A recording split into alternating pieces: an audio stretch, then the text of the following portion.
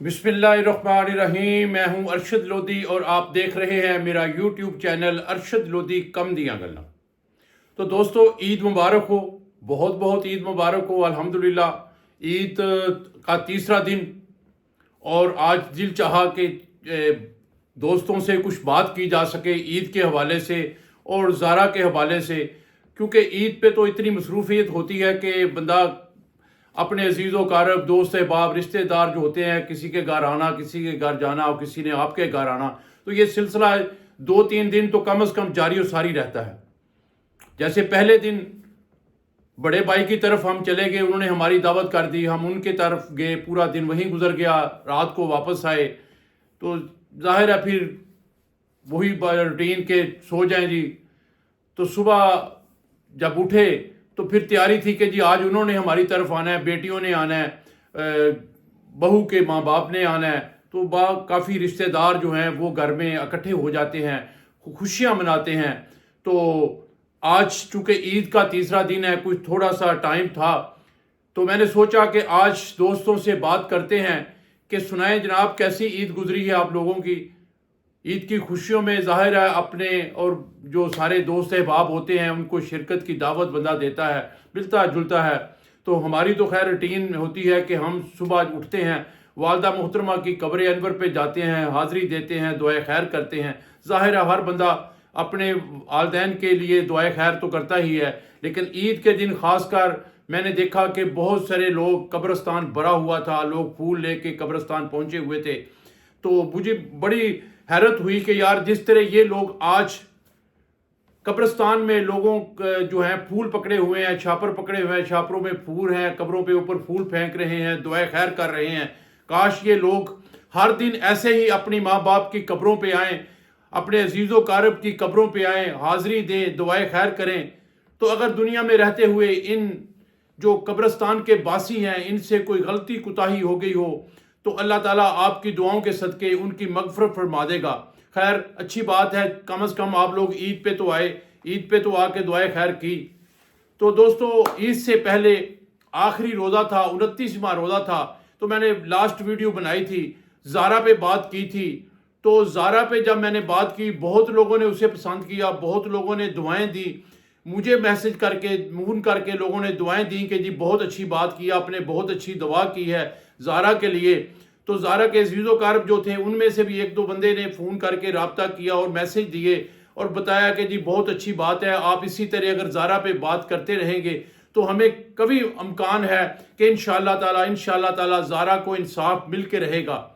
तो यकीन जैसे हम अपने अज़ीज़ो कारब, अपने बहन भाइयों, अपने बच्चों के लिए उनका अच्छा चाहते हैं, उनके लिए दुआएं खैर करते हैं, उनके लिए उनकी तरक्कियों की, उनके जो सारे मामलात होते हैं उसके लिए दुआ करते हैं। तो यार एक ये बच्ची जो ज़ारा है, एक ऐसी मजलूम बच्ची है कि यकीन करें जब मैं उस पर बात करता हूँ मेरा दिल भर जाता है, मुझे दुख होता है कि यार एक वो उम्र जिस उम्र में बंदा खुशियाँ मनाता है, अल्लाह पाक ने ऐसी खुशियाँ उसे अनायत की हुई थी। आदमी उसका प्यार करने वाला था, उसका बेटा था शाफे 2.5 साल का, तो वो बहुत खुशबार ज़िंदगी गुजार रही थी। और यही ज़िंदगी होती है जब इंसान समझता है कि यार अल्लाह का शुक्र है कि हंसी खुशी ज़िंदगी गुजर रही है। लेकिन उस खुशियों को किसी की नज़र लग गई और अपनों ने ही, अपनी ही सास, अपनी ही खाला, अपनी ही नंद जो कदीर की बहन यास्मीन और सबा थी, उन्होंने जालिमों ने एक जुल्म ढाया और ज़ारा को कत्ल कर दिया। तो ये ज़ारा का कसूर तो कोई नहीं है, बज़ाहिर अभी तक तो कोई कंफर्म नहीं हुआ कि ज़ारा का भी कोई कसूर है।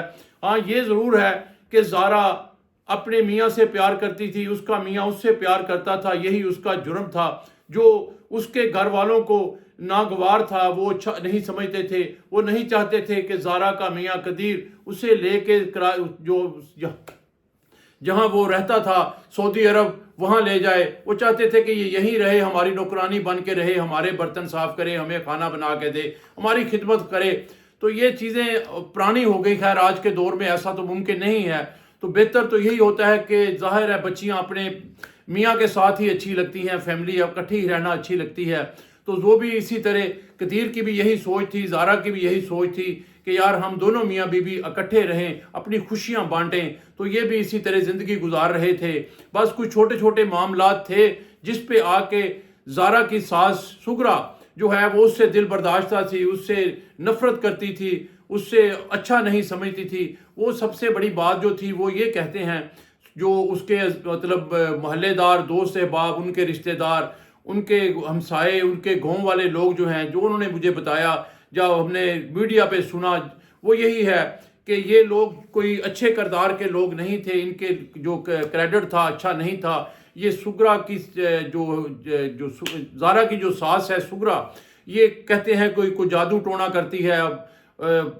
پوری پوری رات برہنہ قبرستان میں کھڑی ہو کے، قبروں پہ مطلب بیٹھ کے یہ جادو ٹونے کرتی ہے. تو اسی طرح کے کچھ معاملات تھے ان کے. ہاں ایک بات جو ہے جو میرے ذہن میں آتی ہے کہ یہ وجہ جو ہے یہ اس کے قتل کی بنی ہے، تو وہ یہ ہے کہ زارا کے جو ساس ہے اسے اس چیز کا بہت رنج تھا کہ زارا کے جو میاں ہیں قدیر، سغرا کے بیٹا جو ہے، اچھا ان کا ایک شادی حال تھا. وہ شادی حال کا جو پرافٹ آتا تھا، انکم آتی تھی، اس کے ایک رینٹ آتا تھا، یا جیسے بھی آپ سمجھتے ہیں شادی حالوں کے ظاہر آپ کو پتہ ہی ہے کافی پرافٹ ہوتی ہے. تو وہ جو پیسے آتے تھے وہ قدیر نے یہ کیا تھا کہ وہ زارا کا ایک اکاؤنٹ کھلوا کے زارا کے اکاؤنٹ میں بھیجنے شروع کر دیے تھے. جبکہ اس سے پہلے جب زارا کے سوسر زندہ تھے، سغرا کے میاں زندہ تھے، تو وہ سارے پیسے سغرا کے پاس ہوتے ہوں گے یا اس کے میاں کے پاس ہوتے ہوں گے.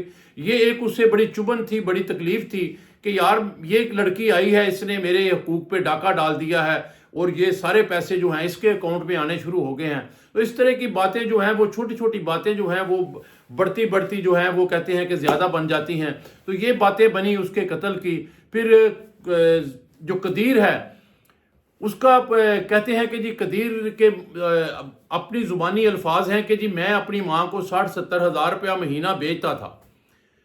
اب وہ سوچتی ہے کہ یار جب سارے پیسے میرے پاس آتے تھے، اب 60-70 ہزار مجھے خرچے پہ لگا دیا ان لوگوں نے، اور پوری رات جو ہے میاں بیوی آپس میں باتیں کرتے ہیں، خوش گپیاں لگاتے ہیں، اور میرے ساتھ اگر بات کرتا بھی ہے تو چند لمحے بات کرتا ہے، چند منٹ بات کرتا ہے، اور پھر کہتا ہے اچھا ماں زہرا سے بات کروائیں.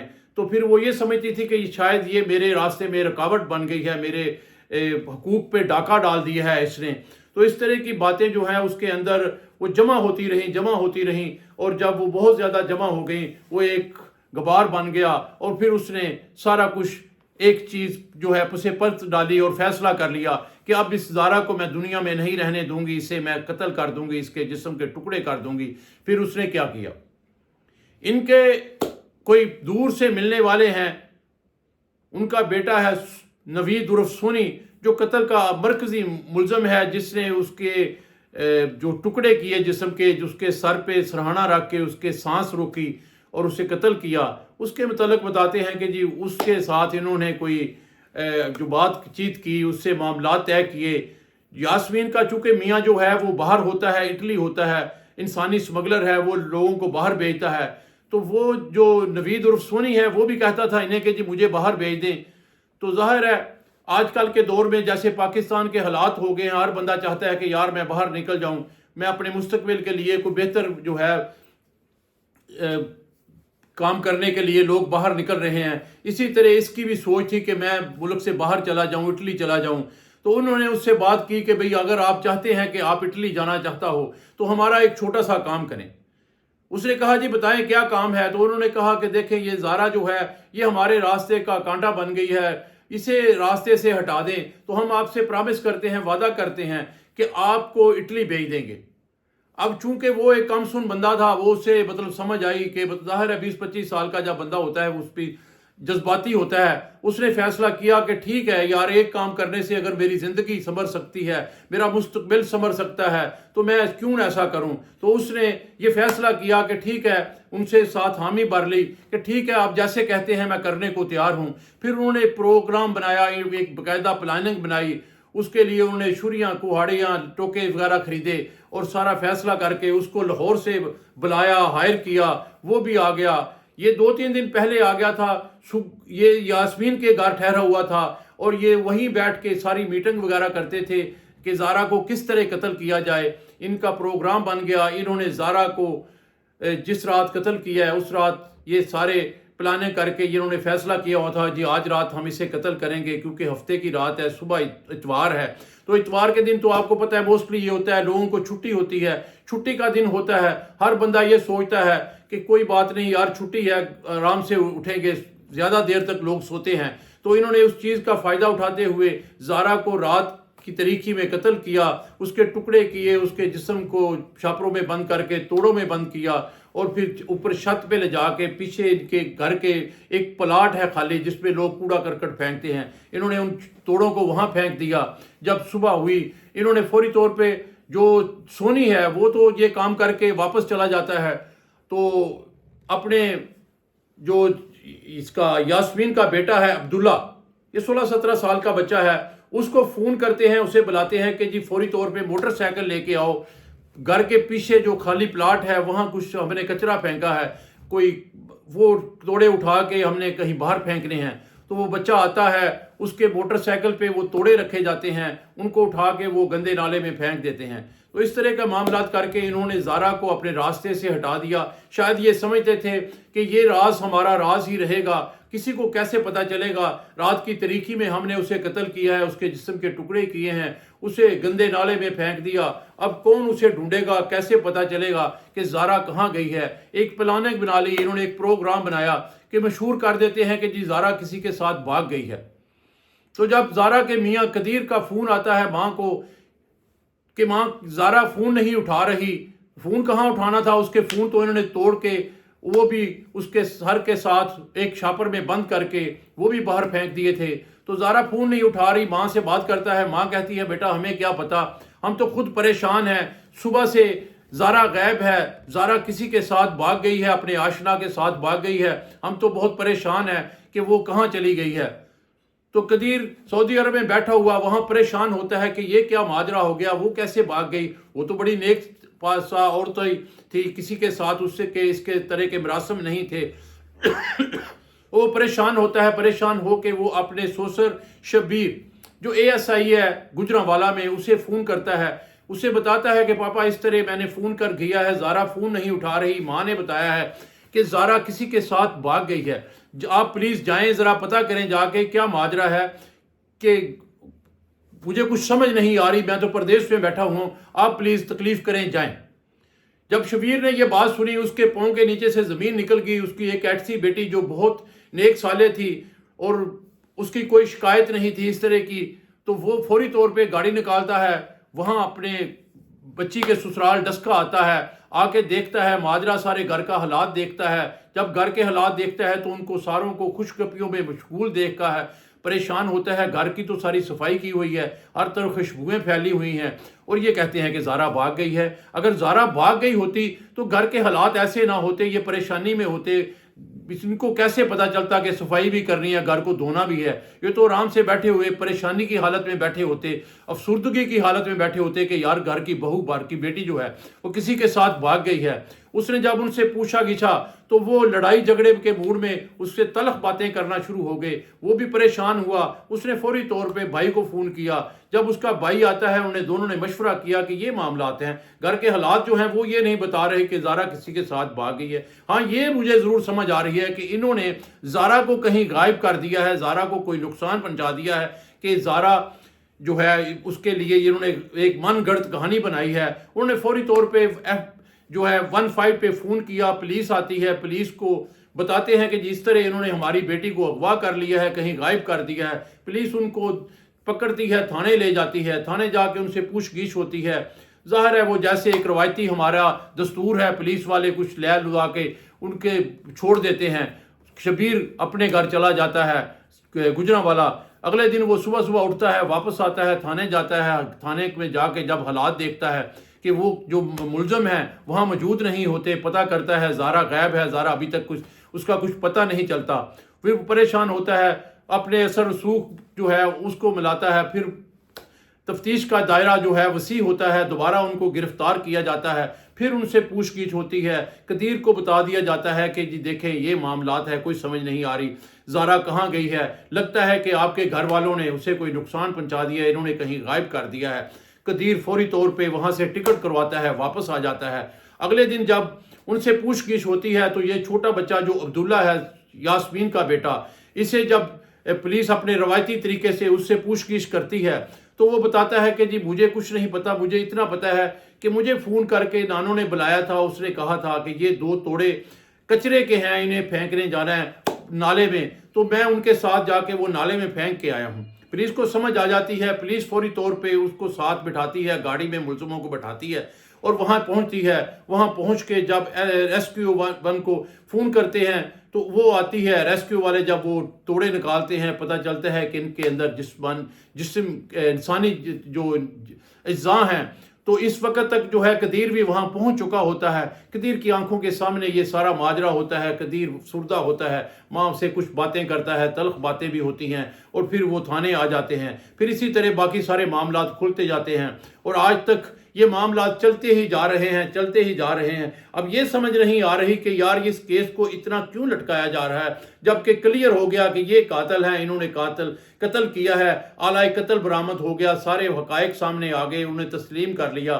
اب پاکستان کے قانون کی مجھے سمجھ نہیں آ رہی کہ اتنا اس کیس کو کیوں لٹکایا جا رہا ہے، کیوں اس کو اتنا لمبا لے جایا جا رہا ہے۔ کچھ لوگ تو یہ بھی کہنا شروع ہو گئے کہ جی دیکھیں یہ کیس جو ہے اسی طرح سرد خانے میں پڑ جائے گا، 2-3 مہینے کی بات ہے، یہ جو ہے کیس ختم ہو جائے گا، یہ بری ہو جائیں گے۔ لیکن ایسا نہیں لگتا کہ یہ بری ہوں، کیونکہ سارے حقائق جو ہیں ان کے خلاف جا رہے ہیں، تو یہ سارے معاملات جو ہیں ان کے خلاف ہیں۔